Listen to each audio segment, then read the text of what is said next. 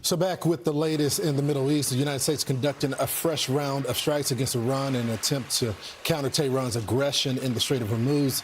Let's go live to Tel Aviv where Mike Tobin has the details. Good morning, Mike.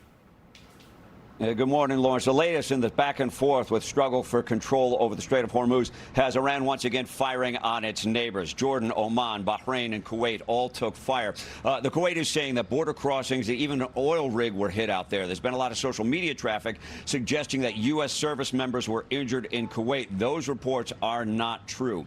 But this follows another round of U.S. strikes inside of Iran. There may be some fresh reporting today about new strikes. The U.S. says everything from missile launching sites to maritime locations that Iran was using to menace shipping in the Strait were hit. Dozens of targets were hit by land-based and sea-based fighter jets. Guided missiles were fired from ships in the area. This latest round of airstrikes came after Iran fired on a Cyprus-flagged cargo ship crossing the Strait. It was traveling outside of the route designated by Iran and following the route encouraged by the U.S. One sailor is now missing and the ship was disabled. President Trump says Iran triggered this round of violence.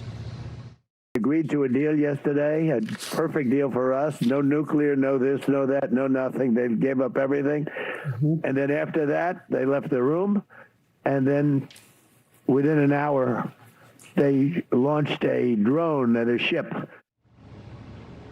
As far as the plot to assassinate President Trump, as relayed by Israeli intelligence, the U.S. Secret Service issued a statement. While we do not confirm or comment on intelligence matters, we consume information on a global level to effectively execute our protective operations. This is pretty serious. You know, you can't just make these kind of claims. I think it's important for Americans to understand that what the Iranians are saying and doing is nothing that they haven't been doing for 47 years. Meantime, some 20 vessels, upwards of 20 vessels, crossed the strait yesterday. That's about half the volume before this latest round of strikes. Oil is now up 3.5% a barrel to $79 a barrel, and that's about 8% higher than it was before this latest round in the conflict. Lawrence, back to you. Roger that. Thanks so much, Mike. United Against Nuclear Iran CEO and former U.S. ambassador to the UN, Mark Wallace, joins us now.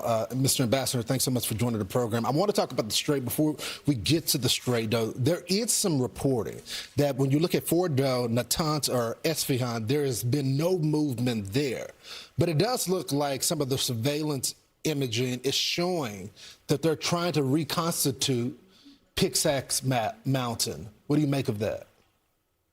Well, first of all, thank you for having me on. I appreciate it. And was listening to Mike's great report. Obviously, he really covered it comprehensively. Look, we have really good eyes on these nuclear sites, and I'm confident, given where the eyes that we have on it, and whenever you see commercial satellite reporting or news reporting of satellite data on these nuclear sites, I am quite confident that our military and our intelligence services have truly quite good eyes on these locations. And look, moving surface debris around is one thing. Truly trying to dig out this material and reconstitute a nuclear program, we will know it. But it is worrisome because clearly Iran is not ready to rejoin the community of nations, as so many of our friends have hoped in the past. And I think it's quite suspect that they ever will want to do that. And this kind of conduct is designed to be provocative and get us talking about it. Yeah, the president makes the argument that they don't even have the tools to be able to dig out that nuclear dust. So, but they're still attempting to do it. I want to move on over to the Strait because that seems to be their one tool. At what point should the president weigh the options? Because we have plans put in place to do that, to secure the Strait.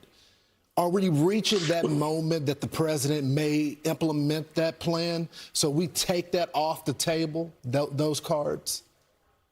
Look, for the last 47 years, Iran has been desperate to confront the West and use the leverage of terrorism, its proxies across the region, its nuclear program, which was its ultimate leverage. And now most of that leverage has been eviscerated, obliterated. It's gone.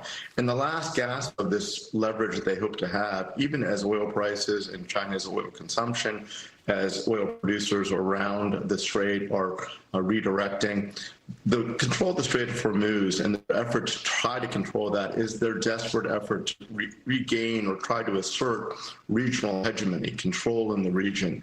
And I think that it's, as long as this regime is in power, they're going to try to exert whatever leverage they can. And the Strait of Hormuz is really their last gasp because their other tools are gone. Such a good point. Before I let you go, it would be foolish of me if I didn't get you to respond to the tragic passing of the late Senator Graham. I know you had a relationship with him. He was a foreign policy hawk, but wanted the safety of America at its core. What's your reaction to his passing?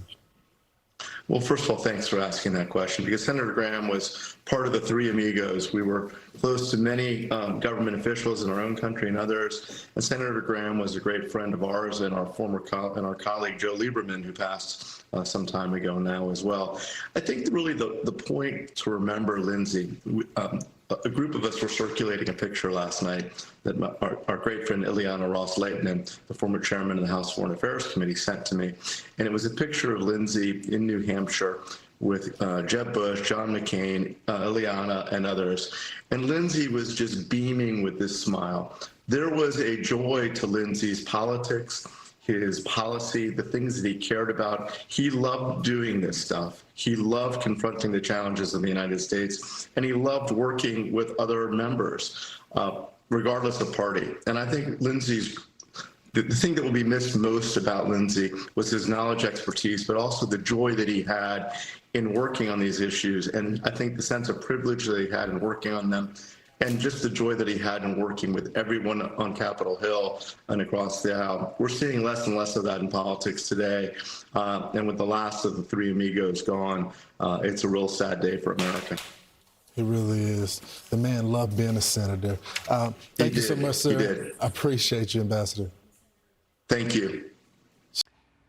Be sure to like and subscribe for all the Fox News latest on YouTube and catch full shows streaming now on Fox One.